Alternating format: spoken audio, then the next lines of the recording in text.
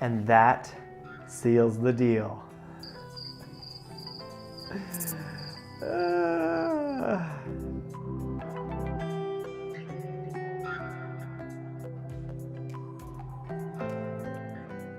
How's it going, dive buddies? It is Kyle here and welcome to the Dive Wagon. If you're new around here, maybe consider subscribing to the channel.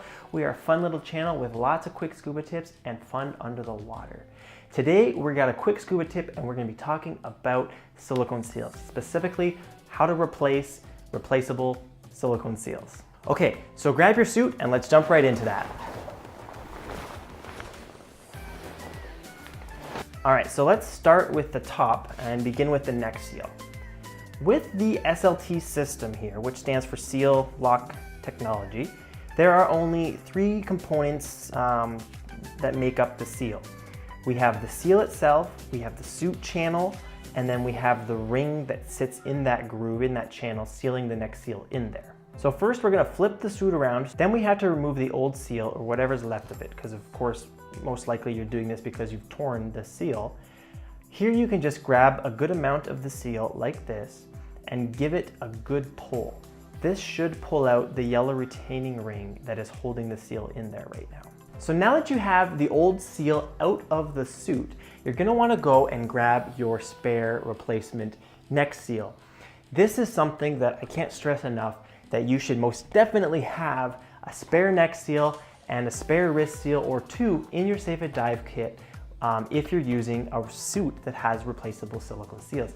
This, in my opinion, is one of the main, or if not only reason, you have that feature in your suit so that you can replace it on site and not have to send it back to a dive shop or send it back to the manufacturer. All right, so let's install this. So grab your new seal and the yellow retaining ring. You can see that this ring has a little ridge or ledge on it that runs around the whole thing. You want to have this side facing up towards you. This is where your tool will be placed. Which brings me to the only tool you're gonna need here. This is the fancy Drysuit seal pizza cutter thing. I believe that's the official name. With this, you're gonna push the seal in the groove following along the ledge of the ring until you go around the whole neck seal. The only thing you need to be aware of here is that the potential for the seal bunching up. You don't want the seal to bunch or buckle over itself. This could potentially compromise the seal.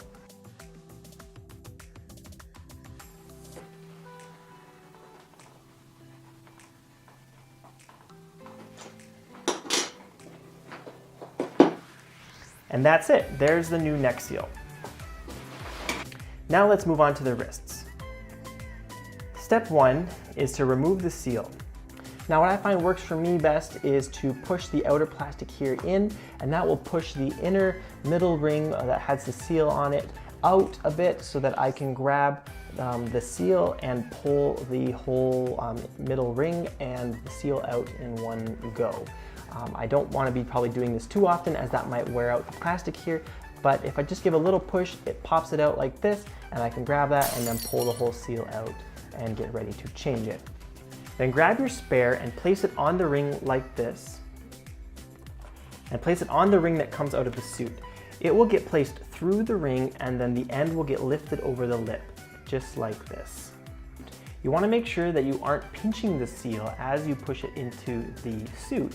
If you notice a large amount of resistance or it's starting to potentially bunch on you, you can use a little bit of anti-fog or soapy water or maybe even spit to kind of help it pop into the suit a little easier. And there you have it, guys, another quick scuba tip for you. If you have any questions regarding this setup, as well as maybe your setup that might be a little different, make sure you leave a comment in the comment section below and I'd be more than happy to help you out. We'll see you next time and happy diving.